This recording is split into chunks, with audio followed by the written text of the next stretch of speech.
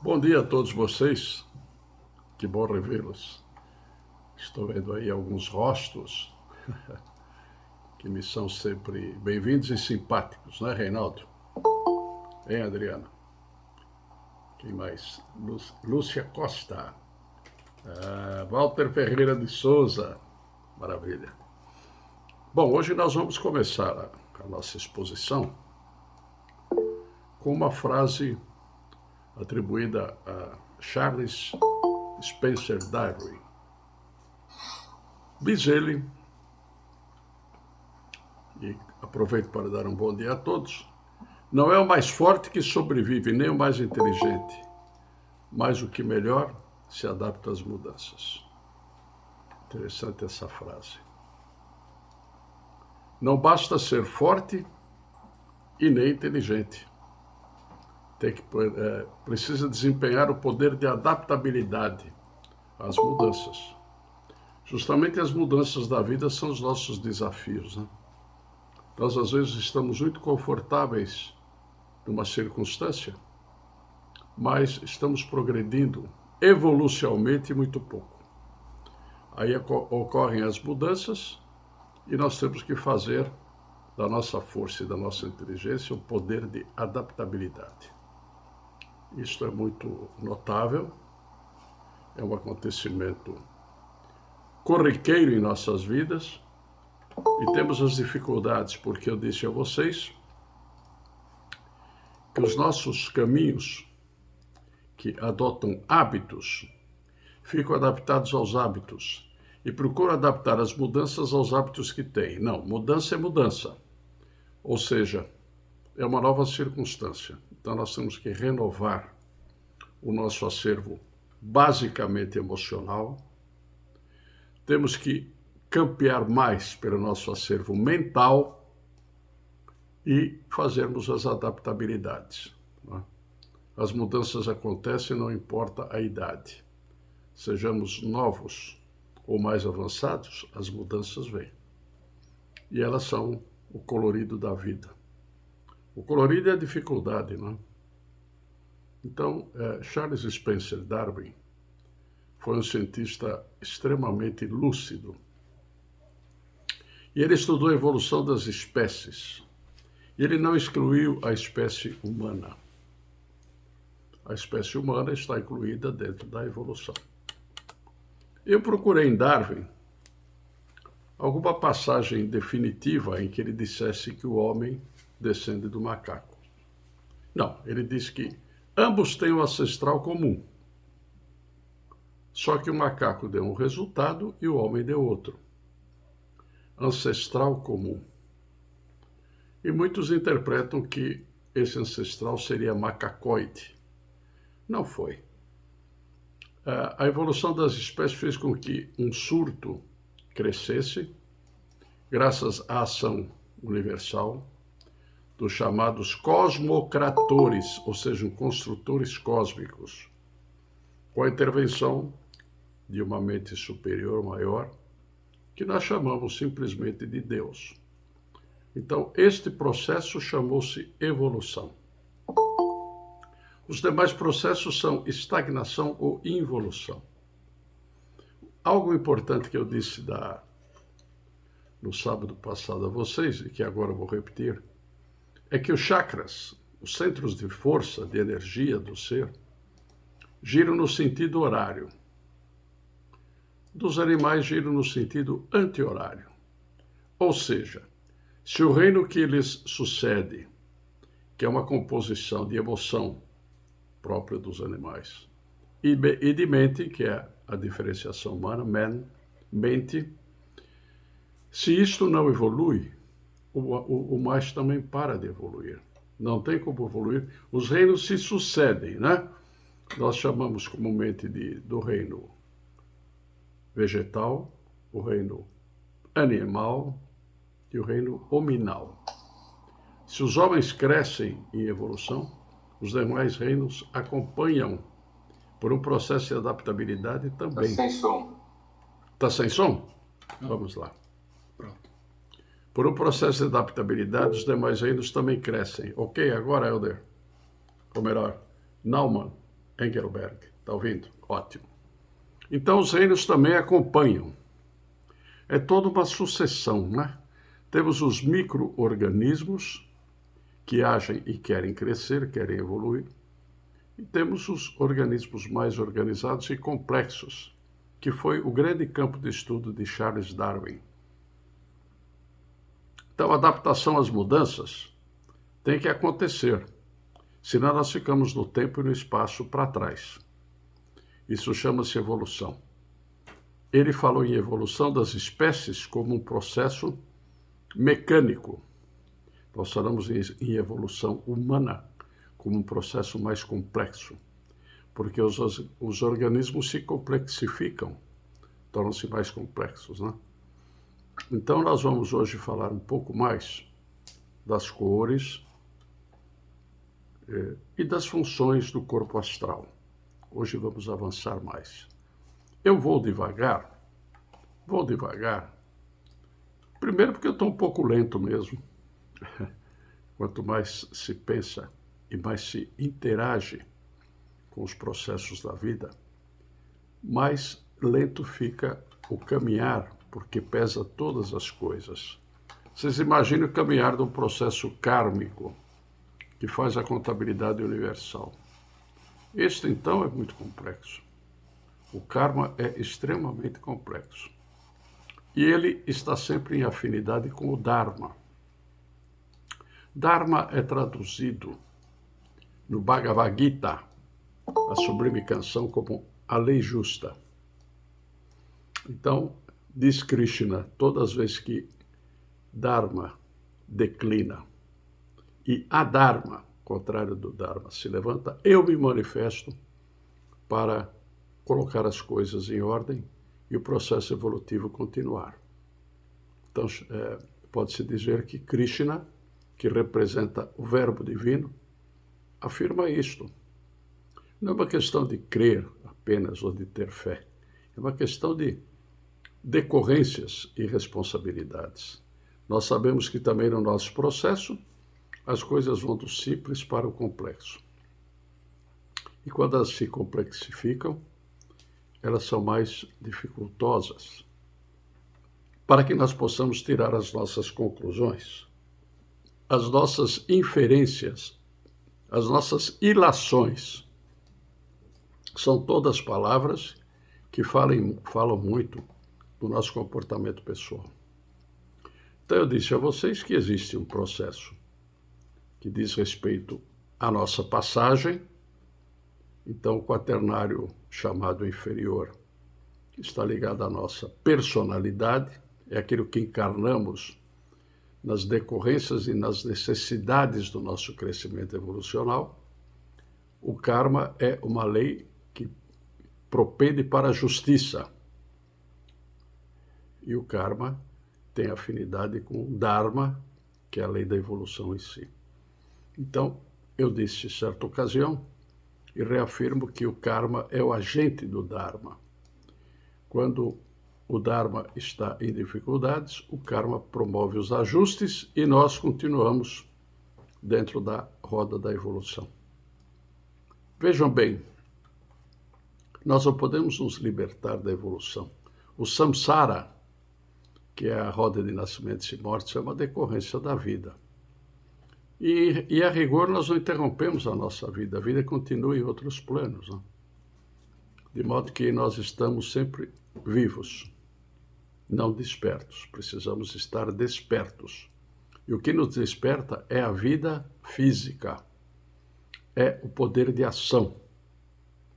Então, a trilogia clássica dentro do ocultismo são pensamentos, palavras e atos. Eu penso, eu verbalizo e eu pratico. De modo que a prática é básica. Não adianta virar um intelectual que conheça muita coisa e não vivencie essas coisas, né? Eu contei a história daquele professor antigo que dizia que o que não pergunta está em falta. O que sabe não ensina está em falta. E o terceiro tipo em falta é aquele que ensina e não pratica, porque ele checa, ele vai atrás da própria captação dos efeitos daquilo que ele conhece. E não tem como. Nós estamos vinculados a uma série de circunstâncias e de pessoas, e quanto mais expandimos os nossos relacionamentos, mais ficamos em comunhão, em conjunção e às vezes em dissidência com essas pessoas. A dissidência chama-se ponto de vista. É a maneira de encarar, não é? É aquela interpretação do elefante para o cego. O cego vai tateando, ele tem o poder do tato, e uma hora ele diz, o elefante é tromba, o elefante é rabo, o elefante são as presas, o elefante é o flanco, o elefante é a pata. Não, o elefante é tudo isso, não é? Ele apenas é integrado por matizes diferentes. Então, importa, naquilo que estamos falando, é admitir a divergência e a discrepância de opiniões e procurarmos comungar com tudo isso. Não dizer isso que estou dizendo não é para ficar de acordo, pensar igual. É para ter a liberdade de pensar e justificar para si mesmo por que pensa diferente. Vejam bem que tentar levar uma nação para frente é difícil. Existem os partidos. Partido não é o todo. Uma nação cresce pelo todo. Nós temos que estar ocupados com o todo. Então, o todo quer dizer tudo importa. Tudo tem a sua razão de ser. Algumas coisas adotamos, outras entendemos e procuramos mudar o nosso comportamento e depois tentamos mudar o comportamento da grande maioria que está, vamos dizer, marcando passo ou crescendo muito pouco. Sempre se cresce na evolução, sejam por contratempos e sejam por concordâncias. Mas o importante é crescer e conseguir uma liberdade ou uma liberalidade, né, de pensar. Não ser contra nada, entender a posição das coisas que acontecem em relação ao contexto geral e criar a própria adaptabilidade ao meio. Então, Darwin teve esta frase muito feliz, que não são as forças e nem as inteligências, mas sim os poderes de adaptabilidade, que dependem de uma força e de uma inteligência. Não são díspares. Apenas que superam força e inteligência é o poder da mudança. É a mudança que acontece. Então, nós estamos hoje em mais uma exposição nossa. Hoje é sábado, né? E vamos falar um pouquinho dos efeitos das cores. Vamos lá. As cores têm uma camada vibracional, uma gama vibracional, não é? Aqui a nossa letra, que é muito difícil, foi interpretada como camada, não é, Jonathan? Mas é a gama vibracional. A gama, ela é especial de uma certa cor. Não adianta só eu vestir aquela cor, não é? Mas quando eu visto uma cor, eu atraio a gama daquela cor que está no plano físico. Lembram da música? Vestia azul, minha forma então mudou, minha sorte então mudou, né? Cantava o Wilson Simonal. Porque o azul é uma cor que sempre nos eleva para uma condição superior de cogitações. O azul é uma cor especial, né? Mas tem a sua gama. Eu, por exemplo, estudei relativamente de maneira detida a cromoterapia. Não basta, se fazem às vezes cromoterapias com celofane, etc. Não. Você tem que estabelecer a vibração da cor. Aí você atrai para aquele plano a cor que lhe corresponde, né? Vocês veem, existe uma yoga básica inicial para a iniciação, que é a yoga dos 5 elementos, porque um cubo alaranjado pega dos joelhos para baixo. Depois nós temos a fase básica, não é? Onde é a região das águas, que é o azul. um azul meio lilás. Depois nós temos na região do umbigo a combustão, que é o vermelho, é um triângulo vermelho.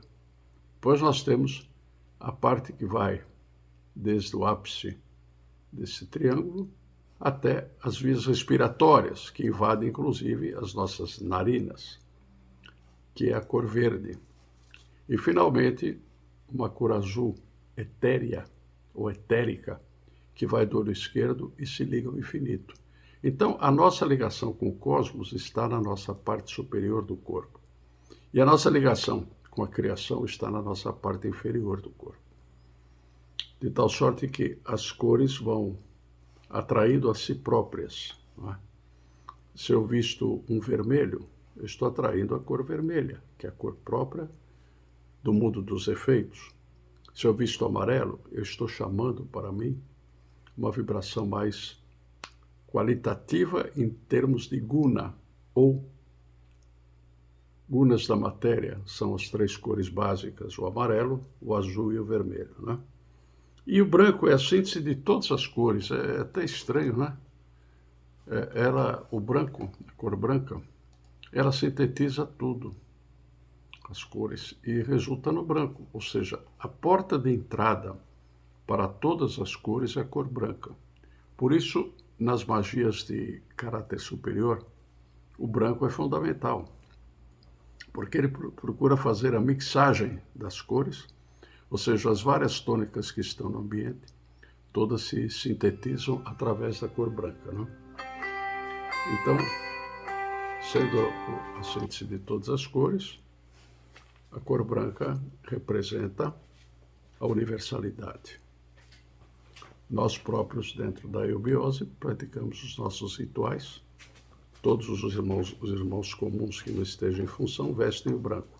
E os que estão em função vestem o branco por baixo, e a representação de uma outra cor, através das capas ou das capetas, as pequenas capas, né? Não é capeta no sentido de diabo, as capinhas. Então, o importante é que o amarelo, o azul e o vermelho são as cores básicas. O amarelo com o azul dá o verde. O azul com o vermelho dá o lilás. E o amarelo com o vermelho dá o laranja. São cores derivadas, não são cores fundamentais. Não é? Então, quando eu quero um efeito mais terra, eu procuro utilizar o vermelho. Quando eu quero um efeito mais divino, eu coloco o amarelo. E quando eu quero um efeito celeste, o azul dá um processo celeste, né? O azul é a cor do segundo trono, porque amarelo representa o primeiro, azul o segundo e o vermelho o terceiro trono. E essas cores, elas se mesclam e elas vão ter também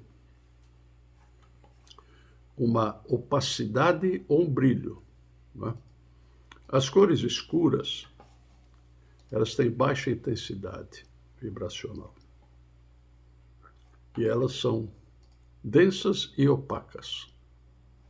Se são opacas, não servem muito para o esclarecimento, servem para a atuação. E densas porque representam a camada do plano dos efeitos, ou plano terra-terra. Ou seja, o plano em que as coisas se desempenham. Portanto, não adianta ter uma grande filosofia e um grande conhecimento se não se põe em prática, não? Isto eu fui adquirindo a experiência pessoal com o correr dos anos. E com o correr dos anos, eu cheguei à conclusão que mais avançada em idade eu poderia fazer o que eu estou fazendo, não é, Adriana? Falar com vocês. Ei, Adriana, você estava longe aí viajando. E aí, Liana? Ô, Liana, como é que vai? É, positivo. Reinaldo, tá? Andréia, de Brito Sabino, né? Muito bem. Então, vejamos bem. As cores escuras, elas têm baixa intensidade vibracional. E elas densificam o processo onde estamos, né? Então, pronto, briga de gato aí fora. Eu estou cercado, eu estou que nem uma ilha, cercado de gato por todos os lados. Não é minha predileção, mas é o que acontece. E de vez em quando eles brigam. Eu falei daquela gata que anda por aqui, ela fica, a gente está falando, ela desce, sobe, faz tudo. Agora ela está por aqui também, mas não há de ser nada. Dias melhores virão. Está escondida aqui, está espiando a briga lá de fora. Então, vejam, a baixa intensidade vibracional serve para processos mais densos, né? Mas, em compensação, geram uma opacidade, elas não esclarecem as coisas. Clarear é justamente ter brilho, é justamente ter uma vibração mais sutil. Não é? São vibrações sutis que acontecem nas cores quando elas começam a crescer em luminosidade. Já passamos para outro quadro, João? Pronto. E daí provém a iluminação, porque ela torna a alma mais clara, esclarecem a alma. O que é esclarecer a alma? É fazer com que a alma veja com mais nitidez as coisas. Portanto, os ambientes escuros, opacos, eles não favorecem, a não ser que você vá com o tempo conseguindo ter uma luz própria, né? Você vai abrindo a sua própria iluminação. Então aí, onde você esteja, a sua iluminação está presente. Muitas vezes você está num ambiente de contrastimento, um ambiente de tristeza, um velório, por exemplo, e as pessoas começam a olhar mais para você porque notam alguma coisa. É reação da alma, não é propriamente dos sentidos.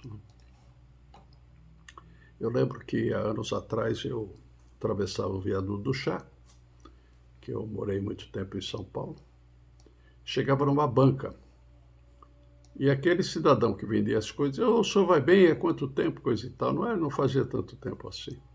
Parte era a política dele, mas parte era, ele percebia que alguma coisa menos comprometida com a opinião geral estava se passando ali. Ele percebia isso, que era uma reação da alma dele, ele nem sabia que estava fazendo isso. Mas eu lembro muito bem que conversei várias vezes com esse senhor e até pude prestar alguns esclarecimentos do comércio dele. Porque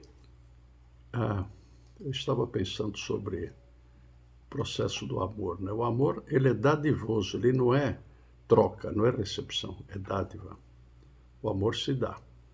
Quer dizer, quando ele é apenas uma afinidade, um afeto, ele é baixo. Mas quando ele vai atingindo uma universalidade, ele se expande. Então, distribui seu amor sem esperar nada em troca. Esse é o amor descompromissado, é o amor pela humanidade em si. Uma época lançaram o humanismo, que ganhou muita força naquele período, faz muitos séculos, mas com o tempo o humanismo começou a perder a sua ação, né? Então as cores escuras são essas, e as claras são vibrações sutis e promovem a iluminação porque esclarecem a alma. Então, prosseguindo, eu depois quero ler algum trecho para vocês verem a facilidade da explicação que existe nesta obra da Sociedade Brasileira de Eubiose, que é a natureza secreta do homem. Eu já li essa obra por várias vezes, de trás para frente, da frente para trás, e fui adquirindo um certo conhecimento, porque fui comparando com aquilo que eu sentia, via e o que acontecia ao meu redor. Esta prática de observar o que acontece ao redor é que vai fazendo com que nós tenhamos uma noção, uma percepção maior nos bastidores dos sentidos. Onde está inserida a nossa alma, né? Nossa alma está inserida nos sentidos. Tanto que, ao cessar as funções do corpo físico, em poucas horas os sentidos vão desaparecendo. Não é assim de imediato, né? Por isso precisa muito ser respeitada a passagem de um irmão em humanidade para o outro plano. Respeita-se silêncio, porque ele está no metabolismo dele. E fala-se, isso já é clássico, que ele tem um apanhado geral da vida quando a vida naquele corpo está desaparecendo. Né? Então, é necessário até esperar algumas horas para que se promova o enterramento, para que os sentidos não estejam tão vivos, possam se aquietar dentro de um outro processo, onde do comprimento, altura, largura, insere-se a profundidade, que é típica da quarta dimensão. São 3 dimensões e uma quarta que é a profundidade. É aí que se ingressa no plano astral propriamente dito. Então as funções do corpo astral são várias, né? Eu prometi a vocês que ia ler um pouco desta obra, que chama-se A Natureza Secreta do Homem. Não é mais essa edição eu recebi há muitos anos atrás, de um irmão da sociedade, até com uma dedicatória. Isto foi em 94. Então, vejam bem, efeito das emanações contínuas sobre o corpo astral. O amor. Quando alguém ama, seu corpo astral se transforma completamente. As cores denunciadoras do egoísmo, da malícia e da avareza desaparecem, sendo substituídas pelo aumento daquelas que caracterizam as paixões animais. O verde da adaptabilidade é, em certos tipos, substituído pelo verde escuro do ciúme. Em alguns ainda se observará uma grande atividade dos clarões escarlates da cólera, rasgando o corpo astral em todos os sentidos. Noutros, as cores se tornam mais claras e nítidas. É como se a vida se intensificasse. Tudo é visto sob o aspecto animista ou otimista. O azul da devoção aparece como as outras cores, nitidamente marcado, e até uma nota violeta pálida aparece no alto da cabeça, mostrando-nos a possibilidade de o amoroso responder a um ideal realmente elevado e altruísta. O que quase de todo desaparece é o amarelo da inteligência, o que pode ser considerado como a característica principal do estado em questão. Então o amarelo vai desaparecendo, porque não tem função, está embotada a inteligência. Diz Henrique José de Souza, a pior das rotinas é a rotina da inteligência. E é real. Irritabilidade. Nos indivíduos permanentemente irritáveis, o corpo astral tem como sinal distintivo uma larga faixa escarlate, avermelhada. Ao mesmo tempo, todo o corpo se apresenta coberto de pequenas manchas daquela cor. Então, Walt Disney, que era um iniciado em vários mistérios, ele, na representação dos seus desenhos animados da década de 30, 40, ele faz uma representação dos efeitos das cores. E o escarlate aparece como um sinal distintivo de uma disfunção que beira a irritabilidade. Avareza. O corpo astral do avaro também tem características especiais. Neste caso, intensificam-se as cores do egoísmo, da malícia e da adaptabilidade, com prejuízo da cor da afeição, do amor e mesmo da sensualidade. Existe uma cor notável que é o rosa. O rosa é o aplacamento da paixão desenfreada. Hoje, dia dos namorados, né, nós pusemos a Sonata ao Luar de Beethoven, tocada pelo belíssimo pianista brasileiro Nelson Freire. Quando eu estive, há muitos anos atrás, na Alemanha, em Berlim, eu visitei um prédio maravilhoso com músicas do mundo inteiro. E o Nelson Freire está lá. Aliás, próximo da pianista alemã, muito famosa, que tocou com ele a 4 mãos. Então, a avareza tem isso. A depressão produz no corpo astral um efeito muito semelhante ao da avareza. Sua aparência é incrivelmente triste e nenhum estado emocional é mais contagioso do que este, a depressão. Não sejamos deprimidos, por piores que sejam as circunstâncias da vida. Eu estive metido numa depressão há anos atrás, sair passo a passo. Também para cair naquilo de novo, tenho tudo para não cair, né? Se bem que às vezes a depressão dos outros nos confunde e faz com que nós sintamos também uma certa depressão. A devoção. O tipo religioso pouco inteligente, o místico devocional, oferece outro aspecto característico. A cor violeta, que nele se nota, sugere a possibilidade de responder a um nobre ideal. Possibilidade de responder ao nobre ideal. Cor violeta. O azul da devoção acha-se notavelmente desenvolvido, mas o amarelo da inteligência parece extraordinariamente rarefeito. Embora em notáveis proporções as cores da afeição e da adaptabilidade, são nele mais visíveis as da malícia e do egoísmo. Os contornos apresentam-se vagos, revelando-nos a impressão da concepção devocional do indivíduo. Há uma estranha semelhança entre os corpos astrais dos tipos devocional e sensual.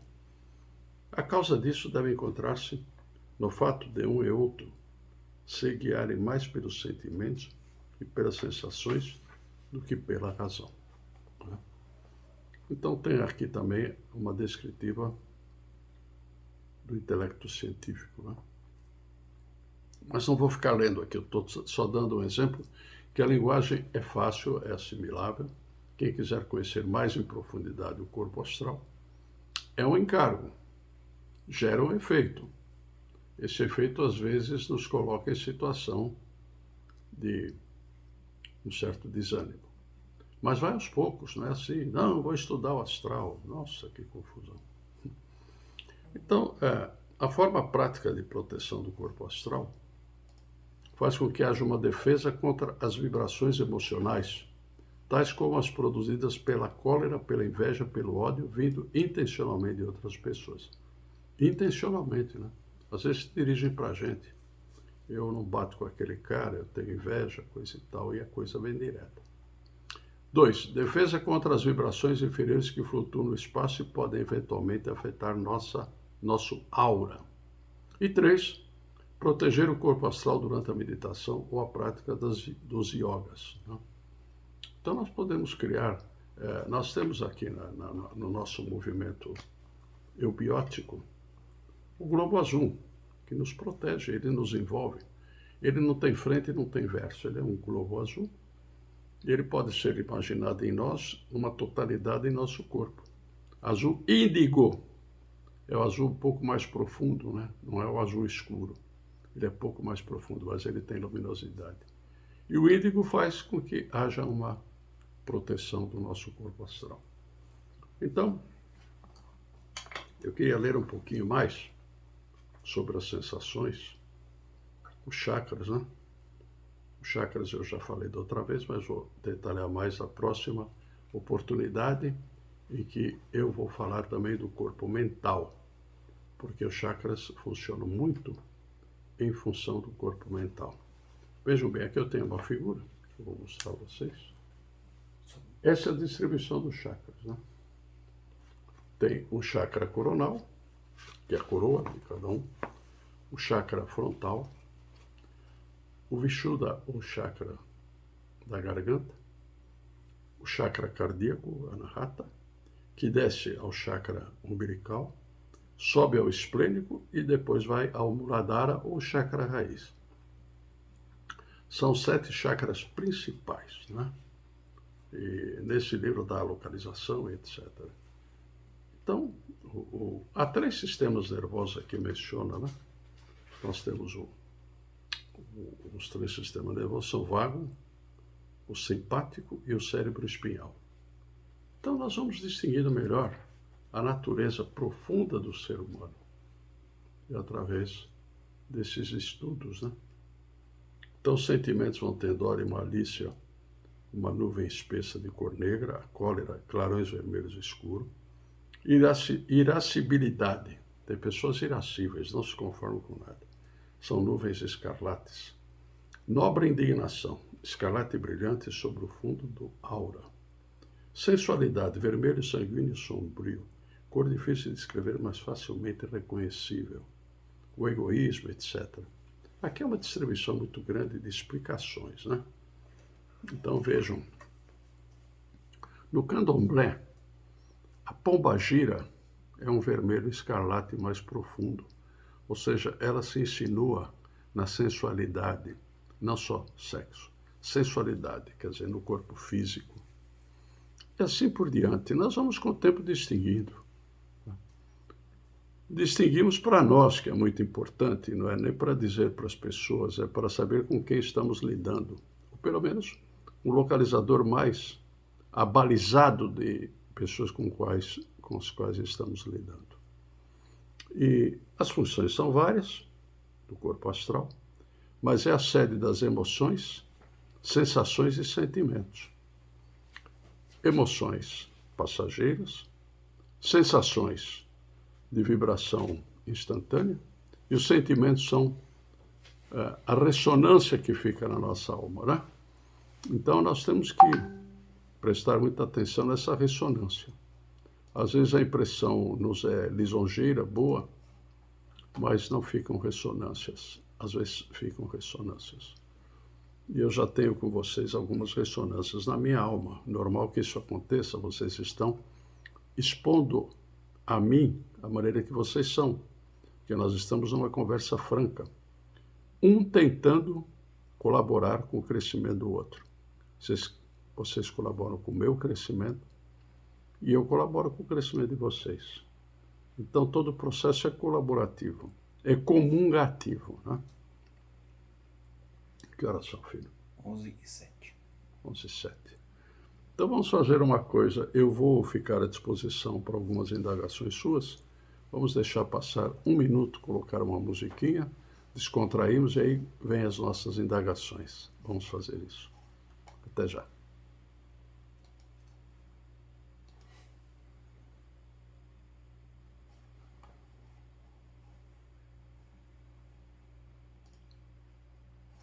Põe a música.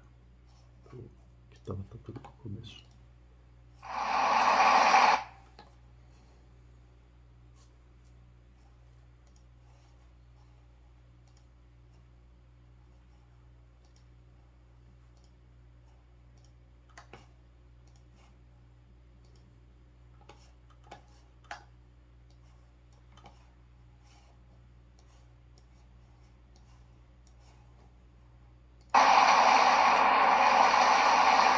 Cláudio Santana, sempre bom.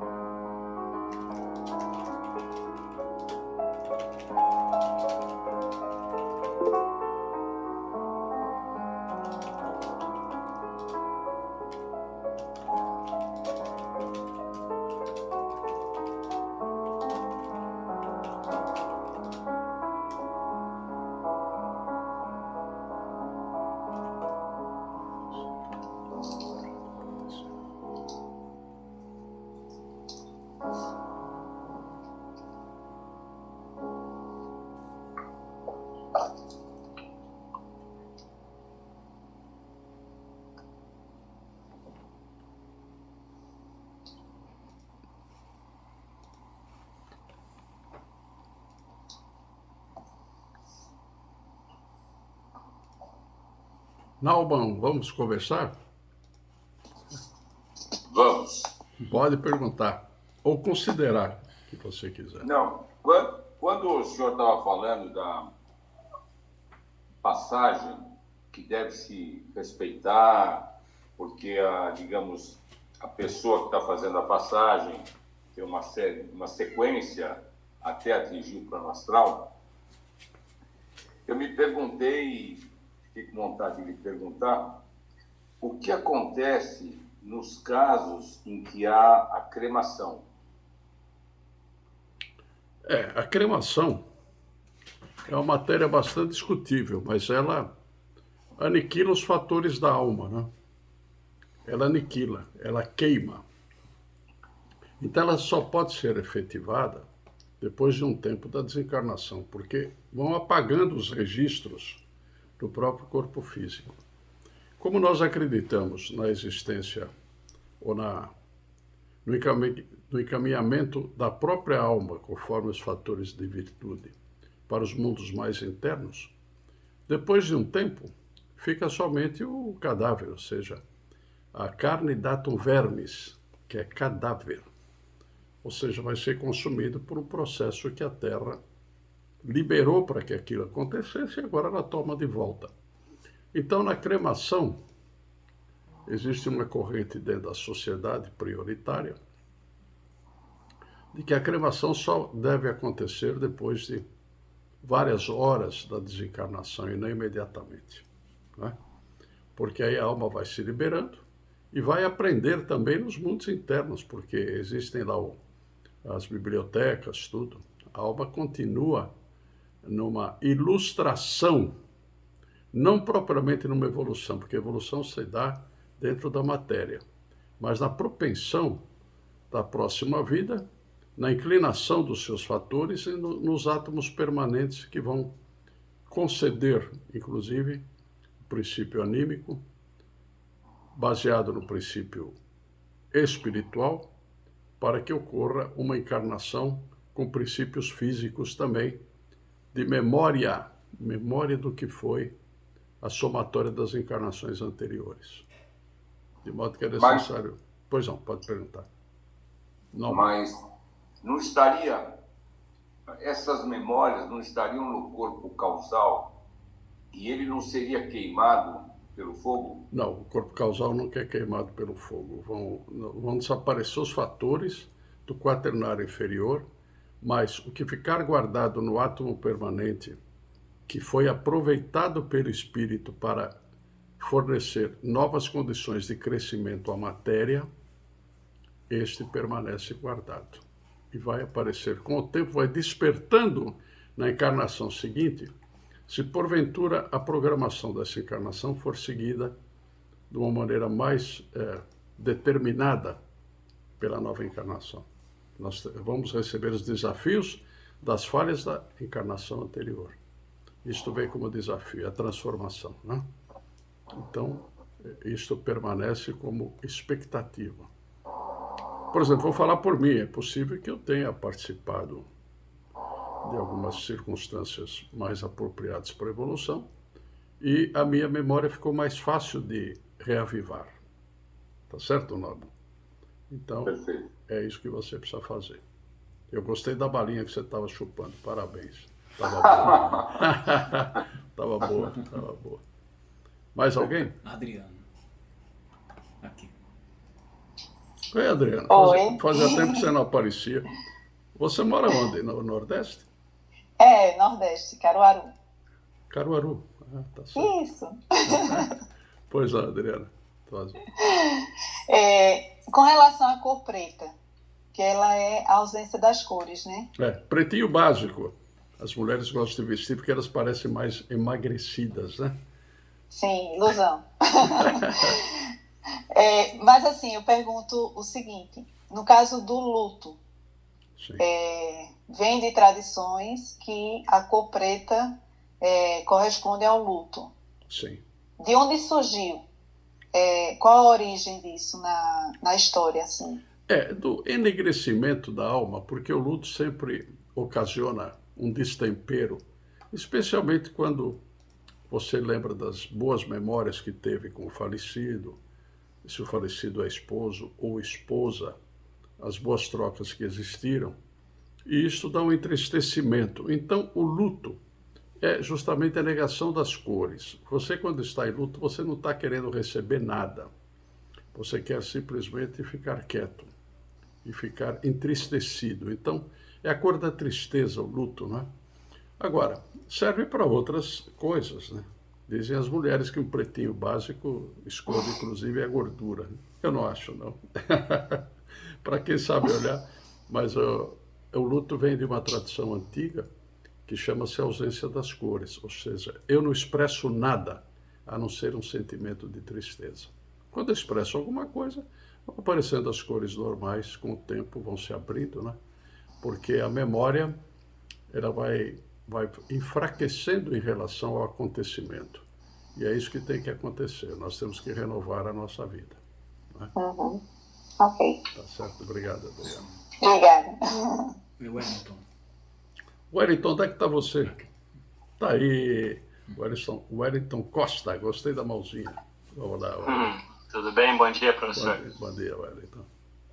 Eu estava aqui pensando, a minha pergunta seria no sentido das cores e do mundo das artes, das inspirações, né? Que você as tem. Que você as tem. Obrigado. Que eu penso assim, às vezes um artista, né, ele tem uma ideia, uma inspiração mesmo, né? E isso é uma coisa não muito, às vezes, racionalizada, elaborada. Eu entendo como uma inspiração dos artistas, tanto para a música, né? Sim. Eu estava vendo aí o pianista tocando, ou um artista plástico, numa escultura, ou nas cores. Aí a minha indagação seria assim, essa inspiração, ela viria de um plano específico, o plano astral pelas cores, ou plano mental, plano celeste? Eu estava com essa reflexão, queria saber um pouquinho sua... Isso, a verdadeira inspiração é por afinidade, né? Você desenvolve no seu corpo astral uma predisposição e você faz uma conexão com essa predisposição. São as chamadas egrégoras que eu vou estudar agora. Quando estudarmos o plano mental, eu vou falar muito das egrégoras, né? Então, tudo se passa por afinidade. Se você tem afinidade com a música clássica, e você pode estabelecer um desenvolvimento para essa afinidade, você fica mais estético, você fica mais harmônico, você fica mais construtivo, e você vivencia mais a intensidade que esteja no seu corpo astral. A música de batuque, de ritmo, é mais passageira, a intensidade é menor. E a música melodiosa diz mais respeito à camada mais alta da sua alma. Né? Então, um artista que expressa com facilidade coisas belíssimas da natureza física tem alguma conexão com o mundo astral superior. E quem expressa uma deformidade ou alguma coisa que é bela só para ele que faz, ou quase só para ele, tem uma afinidade mais com o mundo corpóreo. É assim que acontece. Tá bom, Wellington? Ok, obrigado. Obrigado a você. Samuel. Samuel? Samuca, onde é que está você? Cadê o Samuel? Oi, doutor, tudo bem? Tá aí, Samuel. Fala, Samuel. Eu queria aproveitar, fazer duas indagações que eu tenho curiosidade. Uma relacionada à arte, né? Aproveitando que o Wellington. Nós tivemos diversos grandes artistas, né? Cada um, o senhor até comentou, cada um com Fala uma para que o som dele está um interpretação pouco baixo. bem diferente. Aumenta um pouquinho o seu som, Samuel, para todos ouvirmos. Tá baixo. Tá escutando Pronto, agora ficou bom. Tá, desculpa. Então, é mais sobre os artistas, né, que marcaram a nossa épocas aqui Abaixou de novo. Tá dando muita interferência. Abaixou? Agora melhorou. Melhorou? Ah, então tá. Eu vou chegar mais aproximar, que eu tô pelo celular hoje. Tá Eu bom. queria saber sobre, assim, quais são os sáttivas que os artistas podem alcançar? Dizem que Richard Van Gogh era um artista que tinha uma certa depressão, né? Você falou sobre as cores. Tinha. Nós temos o Richard Wagner, também, que foi um músico esotérico. Eu gostaria de saber, depois que eles desencarnam materialmente, se eles no astral, eles vão para um plano. Porque eu acho que, não sei se no astral, cada um se reúne com um certo tipo de vibração. Fala que deu problema. Se reúnem, porque a arte, a música, né, traz um certo tipo de vibração. Eu quero saber, depois no plano astral, se esses artistas, se eles ficam próximos um do outro, como é que... Podem ficar, depende do que eles construíram em vida, não é? Porque no astral você leva da vida a vida que você leva. Você precisa se desincumbir das matérias mais grosseiras para você viver o seu corpo astral mais elevado, não é?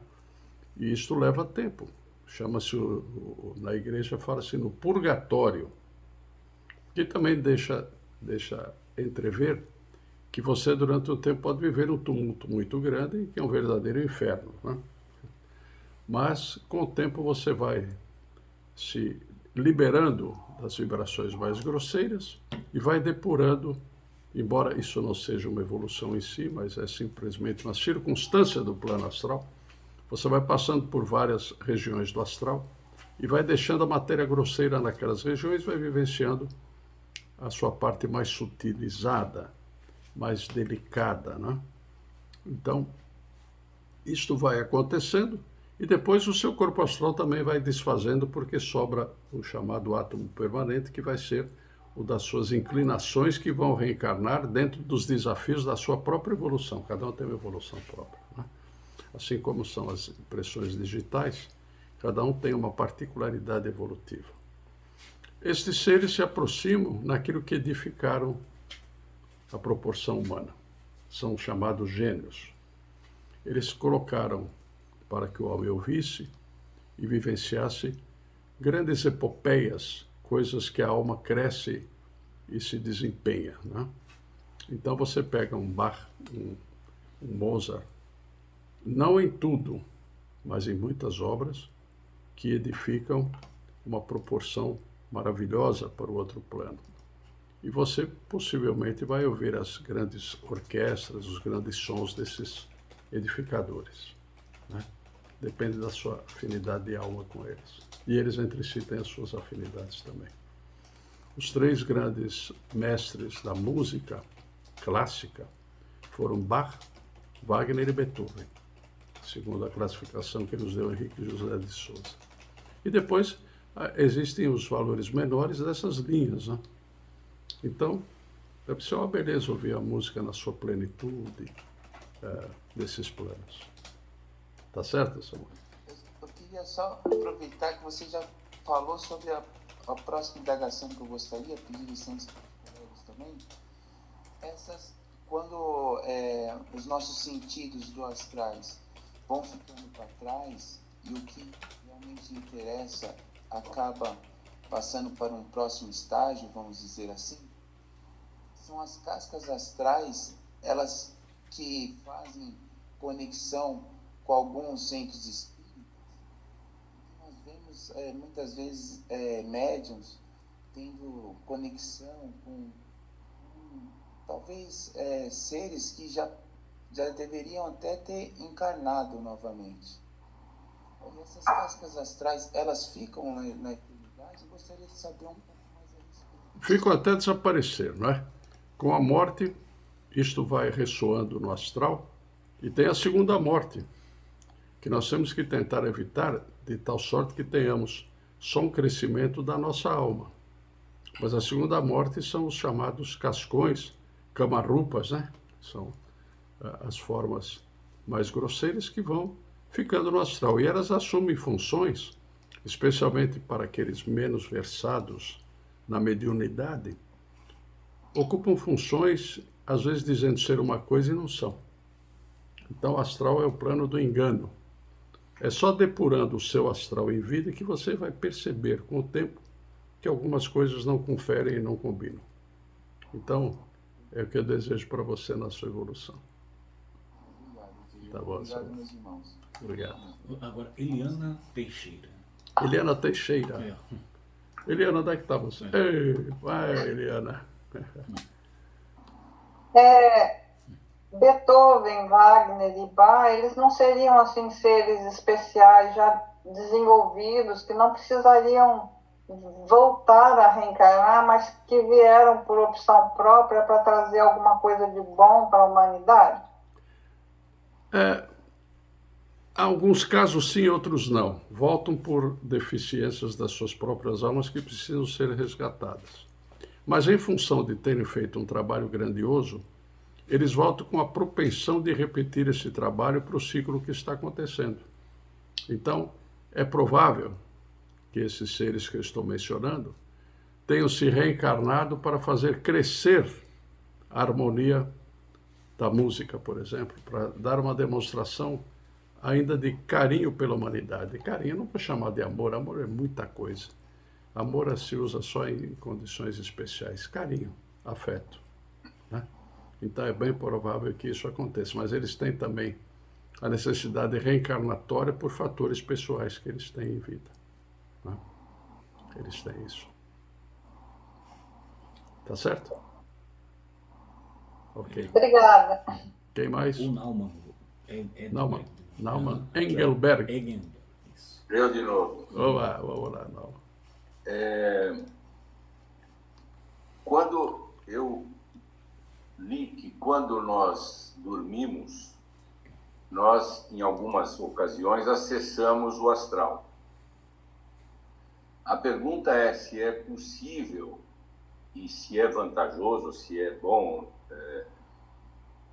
se é possível acessar o astral de uma forma consciente. Sim, chama-se desdobramento, é possível sim. Você se delibera e consegue isso. Agora é um desenvolvimento especial da sua alma, né? Cada um tem um desenvolvimento especial. Muitas vezes você vai para um astral de acordo com o que você está vibrando em relação a alguma coisa. E outras vezes existem treinamentos, né? Existe um núcleo que eu soube que pratica o treinamento do desdobramento. Mas esse desdobramento, quando ele não é natural, ele sempre pode ocasionar dificuldades naquele outro plano, né? Eu tive um grande amigo que já faleceu e ele me contava dos desdobramentos dele intencionais. E quando ele passou a reforçar a intenção, que era produtiva e evolutiva, ele foi tendo menos dificuldades. Então, uma soltura no astral, sem estar preparado com a alma tranquila, crescida e mais em funções superiores, sempre representa um certo distúrbio e pode afetar depois que você volta. Então, assim Acho que ele acontece. fala quando você sonha e sabe que está sonhando. É, Eu acho. O importante é você sonhar e saber que está sonhando, né? Eu, por exemplo, dificilmente sonho e não sei que estou sonhando, eu sei que estou sonhando. Então eu já ajo de uma certa maneira naquele sonho. Tenho uma reação mais adaptada ao entendimento e ao crescimento, né? Então é necessário que esse desenvolvimento, que já é grandemente mental, ocorra junto com o desenvolvimento emocional. Na próxima oportunidade vamos falar muito do plano mental, né? E aliás quero avisar vocês que sábado que vem eu não poderei estar aqui, de modo que eu vou deixar gravado, talvez um pouco mais longa a gravação, e não serão feitas perguntas, apenas responderei na outra sessão, que já seria aula de encerramento deste módulo, porque depois nós vamos entrar na função espiritual propriamente dita, na mística maior, né? na magia superior, na magia teúrgica ligada a Deus. Então, nós vamos falar do plano mental e eu vou analisar um pouco também das egrégoras que se formam. Isso é muito importante. Então Agora, é isso aí. Andréia. Quem mais Não, agora? então, André de Brito Sabino. André, onde é que tá? Está aí, André. Bom dia. Bom dia, André. Bom dia. A minha pergunta é assim: vários sábios, várias tradições falam assim sobre a não identificação, né? Sobre a gente não se identificar com esse corpo, com o eu, Andréia, né? E aí, dentro disso que a gente está falando, o que vai para o astral é nossa parte emocional, tudo isso. Eu vejo sim que às vezes tem muita preocupação ainda, como eu também já tive, da gente entender ou não conseguir se identificar, de entender que nós somos o eu sou e não a personalidade, né? E dentro dessa visão de que tudo é Maia, é uma ilusão, é porque nós não somos essa personalidade, né? Em última instância, o astral, ele também é uma ilusão. Também. Ele forma ilusões, de acordo com as ilusões que você criou para você, ele também tem as ilusões dele. E às vezes ele se apresenta, ele é enganoso. Porque se você usa de traquitanas na sua vida normal, o astral também apresenta traquitanas para você.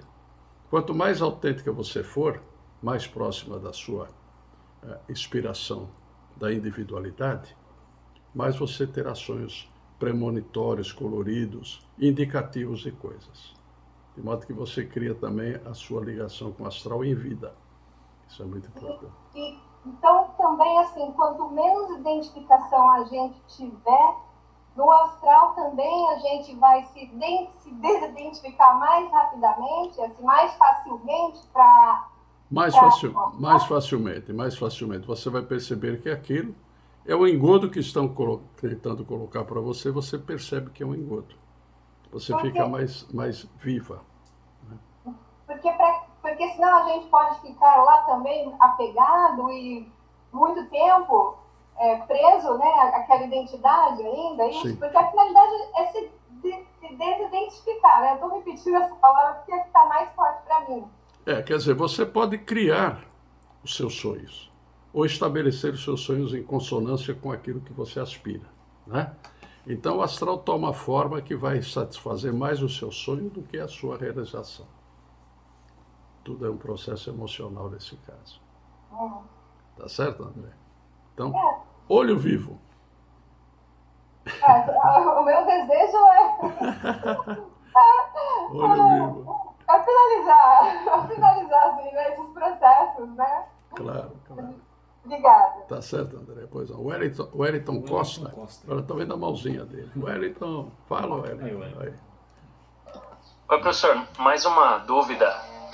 Na sua explicação, quando estava falando sobre a avareza, eu não sei se eu não entendi muito bem, se poderia explicar melhor.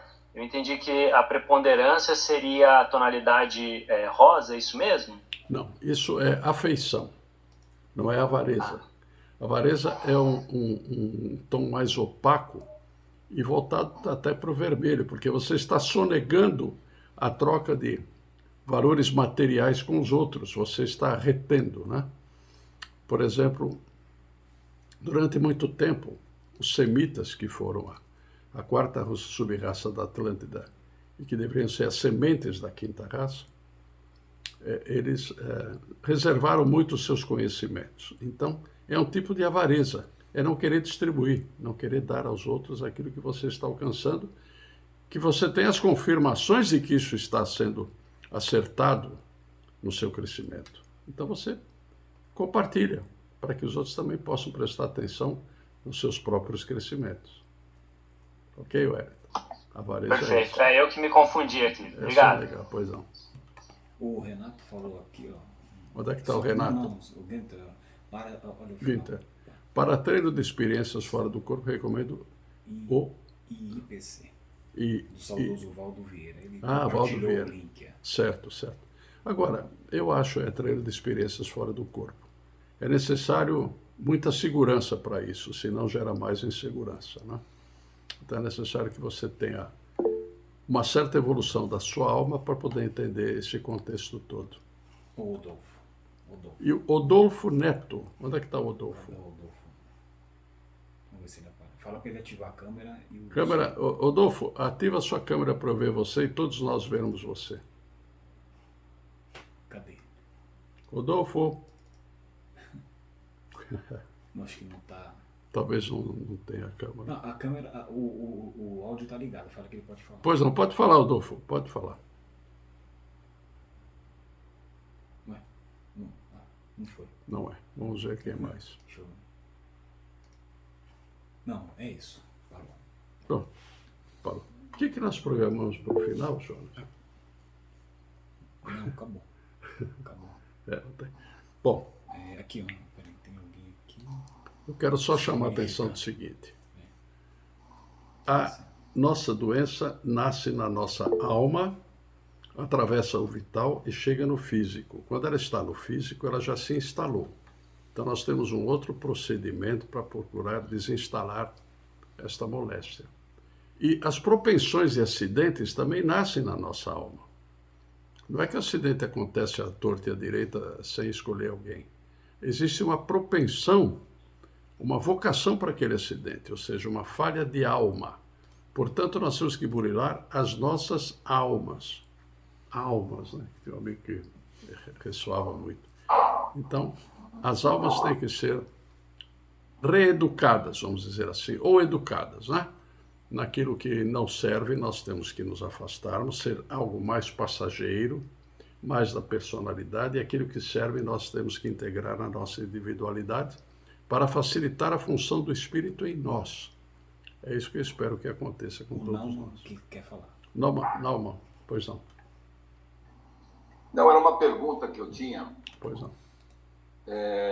Vou aproveitar que sábado que vem o senhor não vai estar presente para as perguntas. Não vou, eu vou. Pois não. O senhor falou que o senhor tem vários gatinhos aí na sua casa. Tenho. Eu também tenho um gatinho aqui. Sei.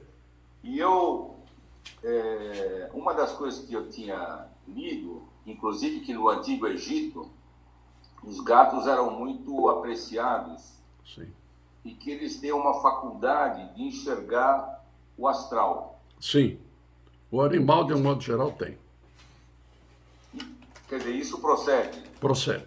Procede sim. E eles eram utilizados até como servidores de tipos de magia, né? Até a magia negativa pode se fazer através dos animais. Por isso que você tem mais um encargo na sua vida quando você tem animais. Você tem que dar uma certa diretriz ao que eles possam pensar, não é? Eu tenho hoje aqui 5 gatos. Cada um pensa de uma maneira e eu penso diferente dos 5. Mas, como não fui eu que coloquei, eu estou com o encargo de tomar conta deles, que minha mulher está viajando. Então, eu faço isso da melhor maneira. Não os rejeito, mas também não os incenso, porque eles têm ligações com coisas que nós, às vezes, desconhecemos, né?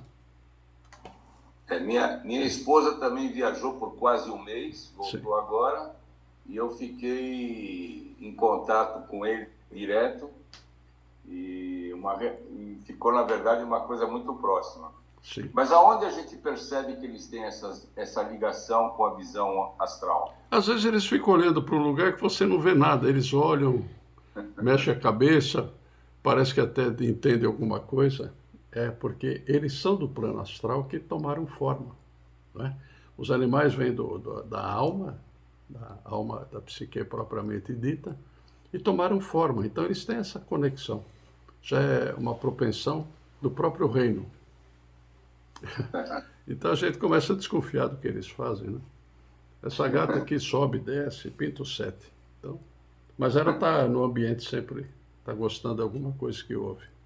Porque os animais também percebem as coisas que ouvem, de uma maneira diferente da nossa. E dizem que eles têm a capacidade também de limpar o ambiente. Limpa o ambiente. Muitas vezes mora um animal para o dono melhorar. Né? Eles limpam, mas é involuntário isso, é mais uma circunstância. Não é que eles querem isto. Muito bem, Nauman. Obrigado, hein? O Adolfo quer Neto. falar agora. Fala, Adolfo. Onde é que está você? Fala que a primeira vez que ele tentou não conseguiu. Fala para ele. Fala agora, Adolfo. Pode Que a falar gente que eu tá- ouço só sua voz, não há problema. Também. E eu acho que ele não está conseguindo. Acho que o Adolfo não está Tá ativo o conseguindo. microfone dele, mas ele o som não chega. Não está chegando o som, Adolfo, aqui. Está Pra ele ativo o seu escrever, fala para microfone. ele escrever. Pode escrever, escreve a sua indagação. A gente vai pôr a Adriana, depois ele escreve. Bom, eu vou falando com a Adriana e você escreve nesse espaço. Aqui, ó, Adriana, pronto. Adriana, vamos lá. Oi. Dando continuidade aí à questão dos gatinhos. É interessante que o olhar, o poder de visão que eles têm é de energia. Eles não veem a materialização. Eles não veem o que nós vemos, né? O que a gente nós vê, temos o que o abertura cachorro para vê. Ele vê o campo energético E ele das coisas, e ele entendeu? reage, sim. Portanto, ele é menos evoluído que os cães, né? Em termos de aproximação com o reino humano, né? E aí é interessante agora, eu juntei no meu raciocínio, que se eles vêm do campo astral e foram materializados, né? Então prova mais uma vez essa questão da visão deles. Sim, sem dúvida. É isso De mesmo. ser, tipo, eles fazem ressonância, né? Ressonância. Com a visão. É Perfeitamente. interessante. É isso mesmo.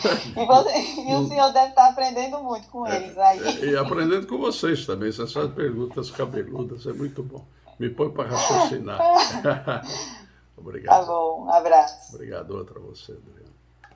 Acho que o Adolfo não Acho que o Adolfo não conseguiu. Deixa eu ver quem mais.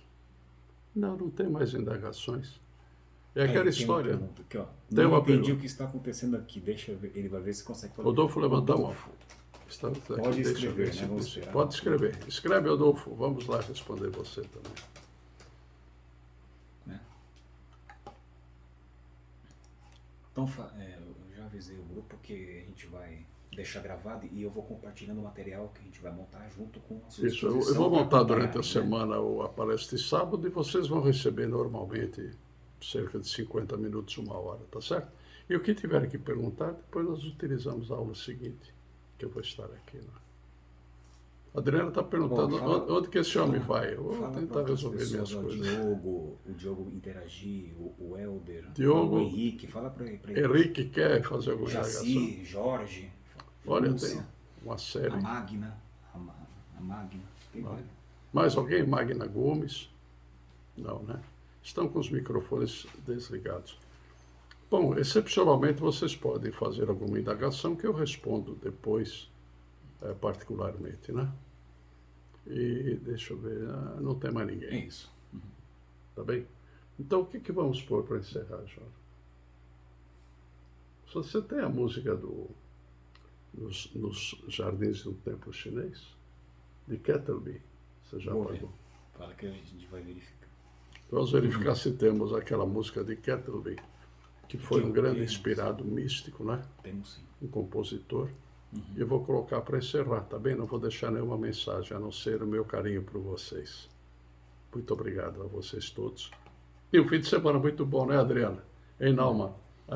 Isso, gostei do coração. Obrigado. Opa, Caruaru e outros, Wellington. A todos vocês, meu abraço. Muito obrigado. Aqui, ó. Fala que é poucos segundos a gente põe a música. Mais um pouquinho vocês ouvem uma música de encerramento. Hoje é só música.